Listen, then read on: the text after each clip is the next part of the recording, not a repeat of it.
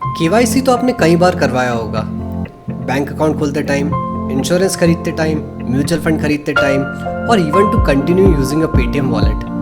But क्या आपने कभी KYA नो योर एडवाइज़र के बारे में सुना है? Hello everyone, this is Anmol Gupta, your host for the show money की बात। और आज मैं बात कर रहा हूँ 4 different types of financial advisers you might encounter. So guys, a lot of people out there call themselves a financial advisor, including me. But क्या आपने कभी ये नोटिस किया है कि सबके एडवाइस में काफ़ी डिफरेंस होता है? ये डिफरेंस होता है because of the difference in motives and business model of the adviser. तो बात करते हैं 4 तरह के एडवाइजर्स की और उनके मोटिव्स की। First is insurance agents. Insurance agents are all around us. I am sure कि हम सबकी फैमिली में कोई ना कोई तो LIC एजेंट होगा।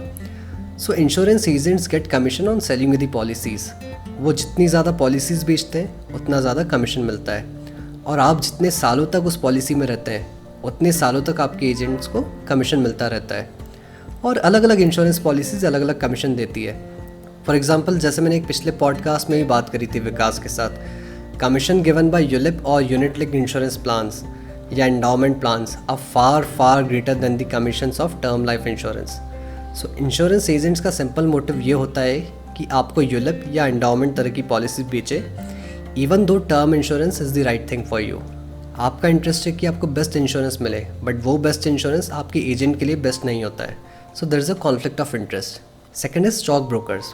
Stock brokers make money on every transaction that you do through them. So stock brokers का मोटिव होता है कि आप ज़्यादा से ज़्यादा ट्रांजेक्शन करें, बाय हो सेल हो कुछ भी, as long as you keep doing transactions they will make money. अब कुछ ब्रोकर्स होते हैं जो आपको कोई एडवाइस नहीं देते हैं, वो आपको सिर्फ एक अच्छा प्लेटफॉर्म प्रोवाइड करते हैं स्टॉक्स में इन्वेस्ट या ट्रेडिंग करने के लिए। For example Zerodha. So that is good for you. इधर कोई कॉन्फ्लिक्ट ऑफ इंटरेस्ट नहीं है, क्योंकि आपके ब्रोकर का मोटिव आपको अच्छा प्लेटफॉर्म प्रोवाइड करना है। But there are a lot of brokers जो आपको स्टॉक टिप्स देते हैं, और कुछ तो बहुत फ्रीक्वेंटली टिप्स देते हैं। उनका मोटिव होता है कि आपको ज़्यादा से ज़्यादा ट्रांजेक्शन करवाएं। अब ये टिप्स कितनी सही होती है कितनी गलत होती है, या आप उन लोगों से पूछ ही सकते हैं जिन्होंने इस तरह से अपना पैसा इन्वेस्ट किया है। इस केस में भी आपका इंटरेस्ट और ब्रोकर का इंटरेस्ट अलाइन नहीं है। आपको स्टॉक ब्रोकर चाहिए एक अच्छा स्टॉक ट्रेडिंग प्लेटफॉर्म प्रोवाइड करने के लिए, ना कि स्टॉक टिप्स लेने के लिए।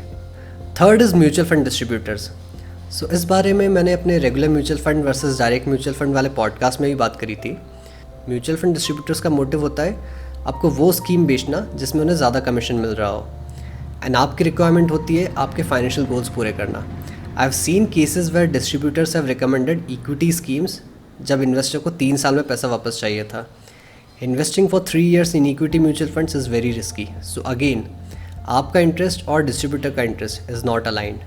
Fourth is SEBI registered investment adviser. So कुछ सालों पहले तक ये एक बहुत बड़ी प्रॉब्लम होती थी कि टीवी पर आकर कोई भी स्टॉक पर टिप्स देने लग जाता था, and a lot of people used to get influenced by those tips, and people have lost money in the stock markets because of those tips. और जैसे मैंने बताया कि कॉन्फ्लिक्ट ऑफ इंटरेस्ट है ब्रोकर्स, एजेंट्स और डिस्ट्रीब्यूटर्स के business में। ये प्रॉब्लम सॉल्व करने के लिए SEBI, Securities and Exchange Board of India, the regulator, created a separate licence for being an investment adviser.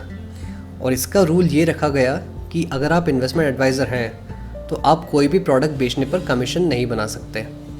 Only way in which SEBI registered investment advisers can make money is by charging the clients for their advisory services, and that is what we do at 7 Prosper as well. Since registered investment advisor या इन्हें RIA भी बोला जाता है, charge only for the advisory, the business relies on quality of the advisory given to the clients. अगर हम आपको सही एडवाइस देंगे तो आप हमारे साथ कंटिन्यू करेंगे।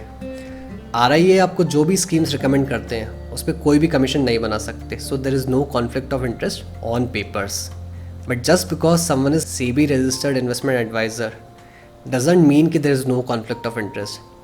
आपको पता ही होगा कि रूल्स को तोड़ना मरोड़ना कितना कॉमन है, राइट? तो SEBI ने जब ये रूल बनाया कि एडवाइज़र्स का लाइसेंस अलग होगा, उसके साथ में ये भी अलाउ किया कि एडवाइज़र के लाइसेंस के साथ आप डिस्ट्रीब्यूटर या ब्रोकर का लाइसेंस भी ले सकते हैं, प्रोवाइडेड आप अपनी एडवाइजरी डिपार्टमेंट को डिस्ट्रीब्यूटरशिप डिपार्टमेंट से अलग रखें और ये दोनों डिपार्टमेंट अलग अलग काम करें। Practically, this rule doesn't make sense.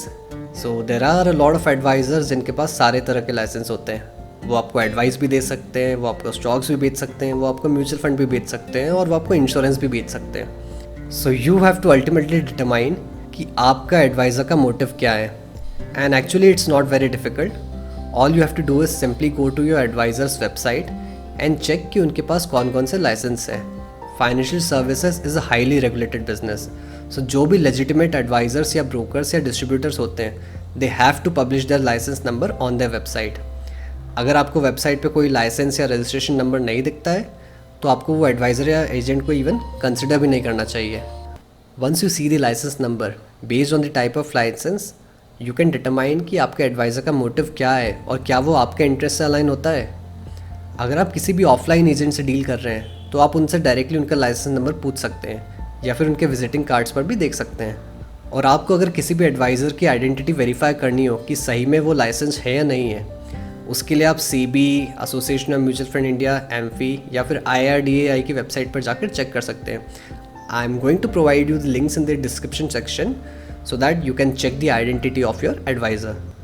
So I hope you got some insights about motives or different kinds of advisors.